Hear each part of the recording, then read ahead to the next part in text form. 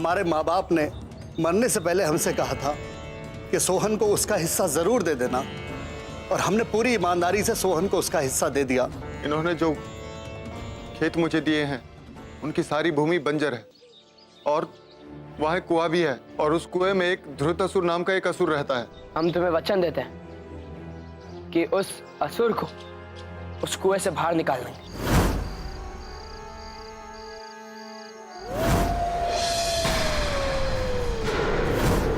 सत्य पता करने के लिए मेरी सहायता करोगे? अवश्य करूं। बताइए क्या करना है? चलो मेरे साथ, सब बताता हूँ।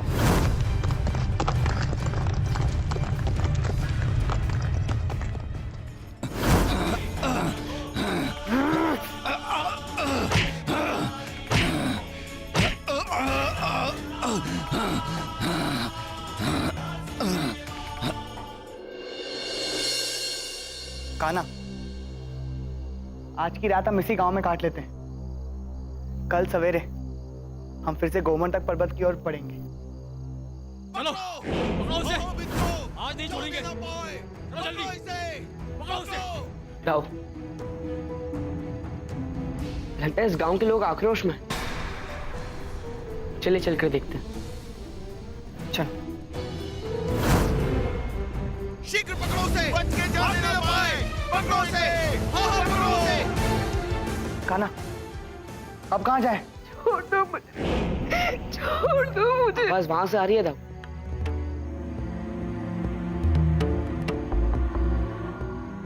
छोड़ दो मुझे, छोड़ दो मुझे, छोड़ दो।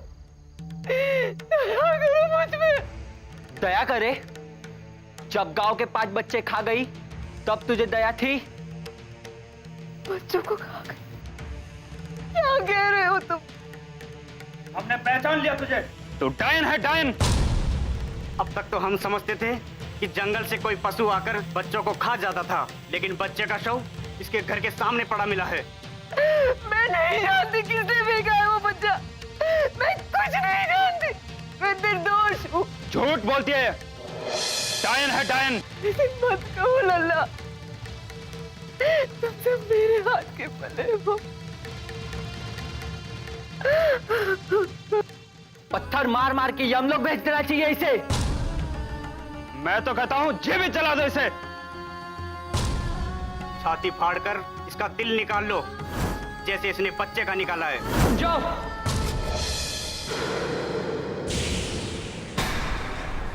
क्यों इसके प्राण लेने पे तुले हो तुम सब? ये हमारे गांव का मामला है। तुम कौन होते हो हमारे मामले में दखल देने वाले? तुम हो कौन और यहाँ क्या कर रहे हो? मैं मथुरावासी देवकी नंदन कृष्ण, और ये है मेरे भ्राता बलराम। क्यों तुम सब इसे मारना चाहते हो? बताओ। डायन है ये। ऐसा क्या किया इन्होंने? आज एक बच्चे का शव इसके द्वार पर पड़ा मिला है, और उसके शरीर में से उसका हृदय निकाल कर खा गई।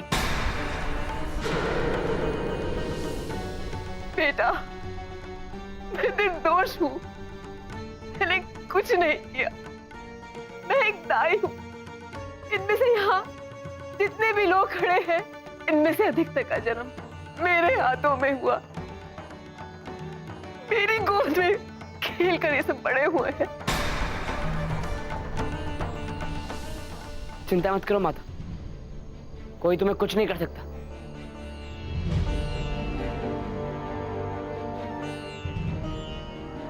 जिस माँ ने तुम सबको जीवन दिया, वो भला जीवन ले कैसे सकती है? अवश्य कोई भूल हो रही है तुम लोगों से। कोई भूल नहीं हुई हमसे। आप लोग हटिए बीच में से। आज हम इसे यमलोक पहुंचा के रहेंगे। हाँ हाँ, आज इसे यमलोक पहुंचा कर रहेंगे।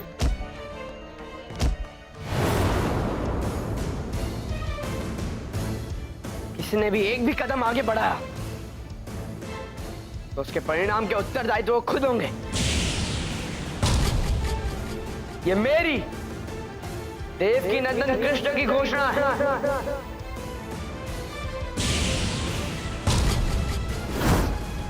अगर न्याय इतना ही प्रिय है तो मुझे न्याय दो। मेरे बच्चे को जीवित करके दिखाओ।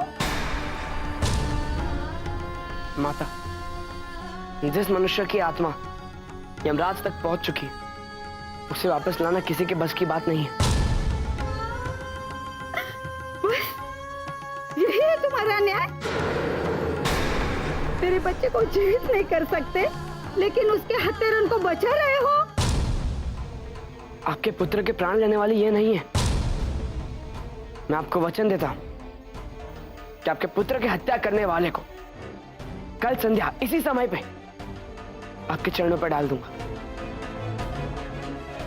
यह तो बहलाने वाली बात है। अगर नहीं लाए तो क्या होगा? लाओ।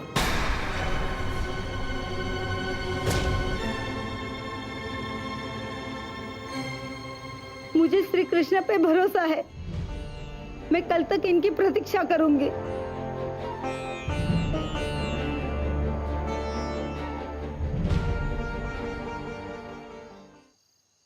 गांव वाले बच्चे के हत्यारे के पीछे जिस दिशा में भाग रहे थे, उससे तो लगता है कि दाऊ वो इसी द्वार से बाहर गया होगा। किंतु कान्हा, मुझे एक बात समझ में नहीं आ रही कि कोई व्यक्ति किसी के बच्चे को क्यों मारेगा? हाँ दाऊ, इसमें दो बातें हैं जो ध्यान देने योग्य हैं। क्या है वो बात? पहली ये कि ऐसी घटना गांव में पहले भी हो चुकी है, और दूसरी, बच्चे के शरीर से उसका हृदय निकाला गया है। मेरे विचार से यह कार्य कोई राक्षस या असुर का ही हो सकता है दाऊ। किंतु कान्हा, कोई राक्षस या असुर ऐसे साधारण लोगों को देखकर भागेगा क्यों? वो भागा नहीं है दाऊ, वो उस बच्चे के शरीर से उसका हृदय खाकर चला गया है। तो अब उसे खोजेंगे कैसे?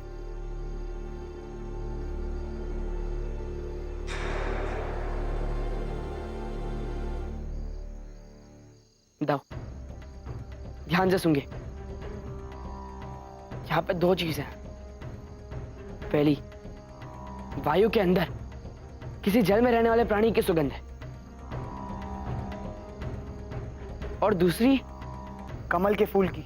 बिल्कुल सही। इसका अर्थ यहां आसपास कोई जलाशय या सरोवर है,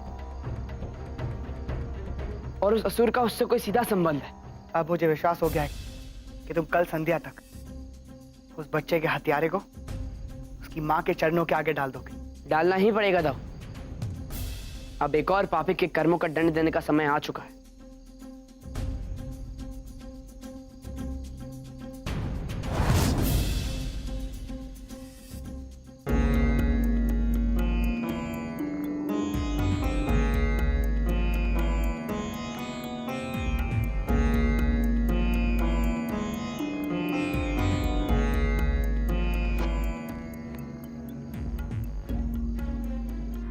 दाऊ, लगता है यही वो सरोवर है।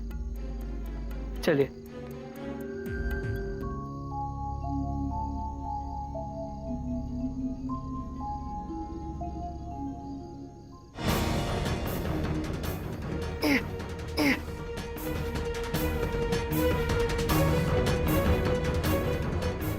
कान्हा, ये क्या हो रहा है? दाऊ, लगता है मायावी सांप है। अब वहां से बाहर आइए दाऊ। कैसे करूं? मैं हिल भी नहीं पा रहा हूं। इन सांपों ने मुझे जकड़ लिया है।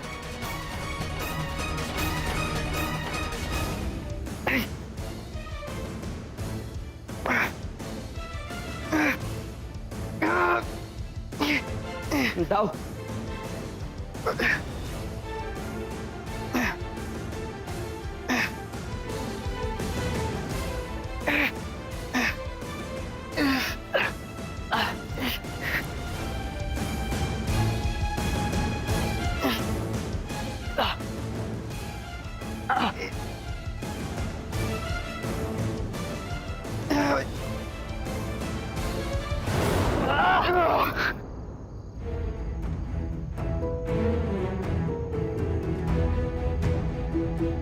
कान्हा, उन सांपों ने तो ऐसा जकड़ा था मुझे कि वहां से निकलना असंभव लग रहा था।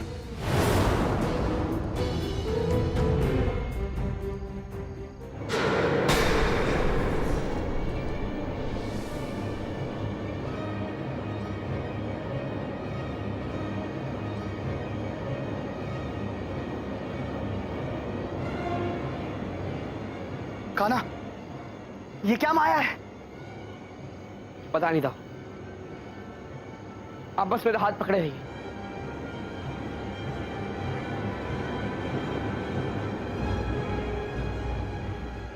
कान्हा, मुझे चक्कर आ रहा है। मुझे भी दो। दाऊ।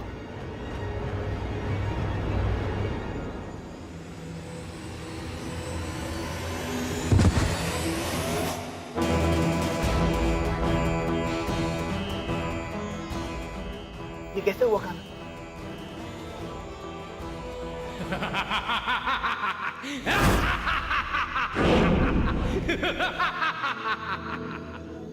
कौन हो तुम? क्यों लाए हो हमें यहाँ?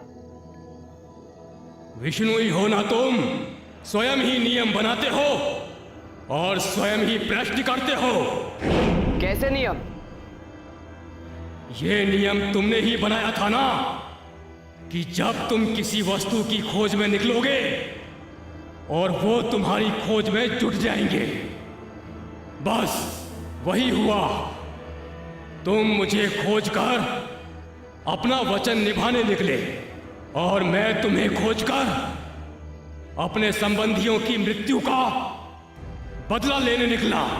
अब किसे पता है तुम मुझे मिले हो या मैं तुम्हें मिला हूं? कैसे संबंधी? किसकी बात कर रहे हो तुम? याद करो, तुमने अघासुर, बकासुर और सक्तासुर को मारा है। सब मेरे भाई बंधु थे। मुझे 101 बालकों का हृदय खाकर अमर होना है ताकि मुझे कोई न मार सके। यदि बदला लेना चाहते हो तो सामने आओ, छुप क्यों रहे हो? यदि तुम में शक्ति है और साहस भी है तो मेरे पास पहुंच जाओ।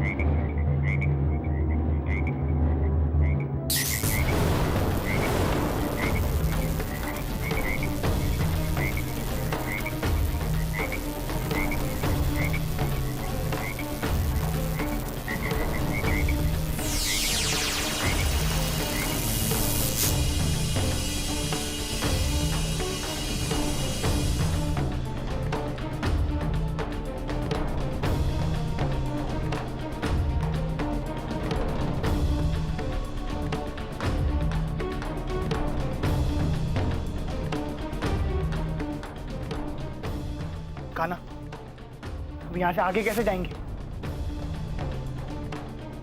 इस दीवार पे कोई ना कोई द्वार अवश्य होगा दाऊ। हमें उसे खोजना पड़ेगा। चलिए।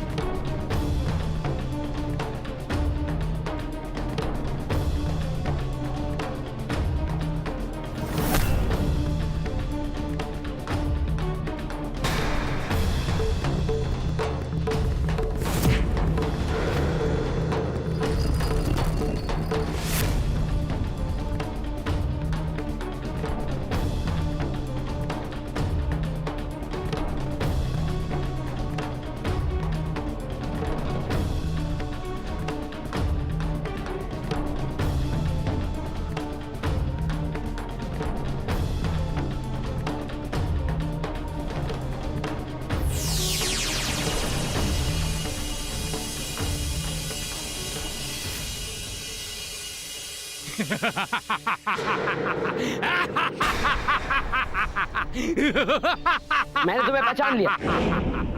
तुम बेकासुर हो। इतने सारे बच्चों की मृत्यु करने के कारण तुम्हें दंड अवश्य मिलेगा। दंड? भीकासुर को दंड? दंड तो मैं तुम्हें दूंगा, वो भी मृत्यु दंड। तुम स्वयं मृत्यु के मुंह में आए हो। मुझे 101 बालकों का हृदय खाकर अमर होना है, ताकि मुझे कोई न मार सके, कोई नहीं। तुमने मेरे कार्य में विघ्न डाला है, तुम्हें मरना होगा। तैयार हो जाओ मरने के लिए।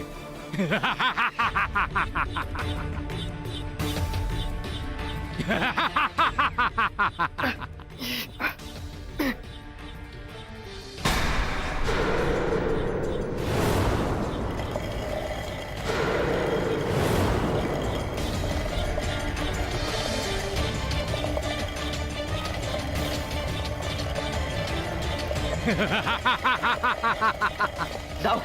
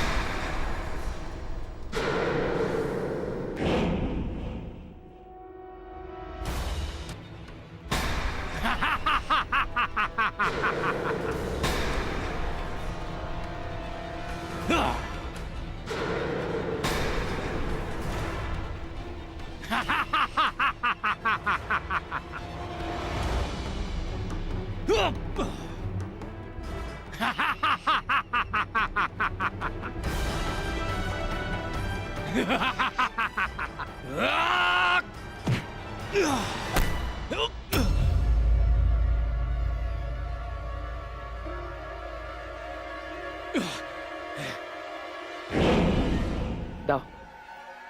ना भूमि पर ना जल में इस पर कोई प्रहार काम नहीं कर रहा, किंतु वायु में इसको पत्थर लग गया। अवश्य इससे कोई सिद्धि प्राप्त है कान्हा। हाँ दो, यदि इसे मारना है तो वायु में ही मारना होगा। आखिर चाहते क्या हो तुम? मैं क्या चाहता हूं? तुम्हारी मृत्यु।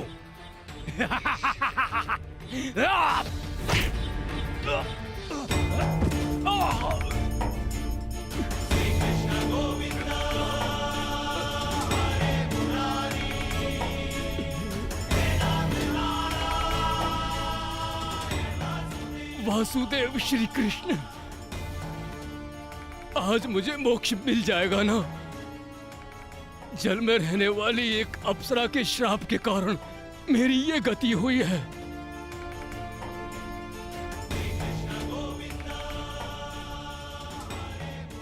मेरा उद्धार आप ही के हाथों होना है श्री कृष्ण। मेरा उद्धार करो श्री कृष्ण, मेरा उद्धार करो। तुम्हारा उद्धार तब होगा जब तुम सारे गांव वालों से अपनी माफी मांगोगे। मुझे स्वीकार है।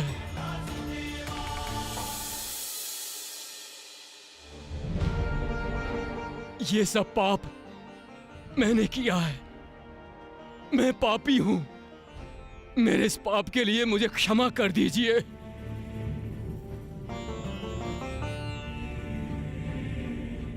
हे श्री कृष्ण, मुझे मोक्ष प्रदान करो। मुझे मोक्ष प्रदान करो प्रभु।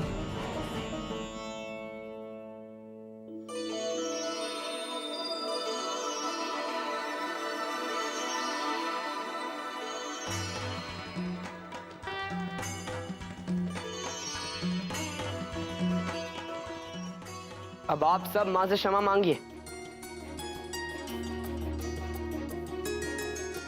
हमें माफ कर दीजिए ताई माँ।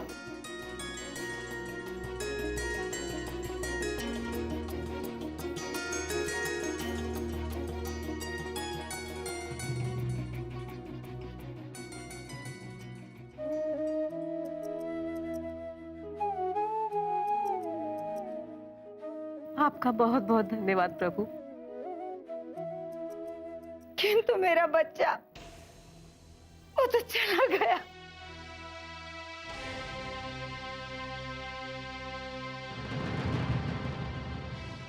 मैं आपका दुख समझ सकता हूं। आपके पुत्र का केवल शरीर छूटा है, उसकी आत्मा परमात्मा के पास पहुंच चुकी है। आत्मा को ना तो शस्त्र काट सकते हैं, ना आग जला सकती है, ना जल भिगा सकता है, ना हवा सुखा सकती है। समझ लो कि इस आत्मा का उस शरीर में निवास बस इतना ही था। और आप सब भी समझ लीजिए, बिना प्रत्यक्ष प्रमाण के किसी पे भी आरोप लगाना ठीक नहीं है।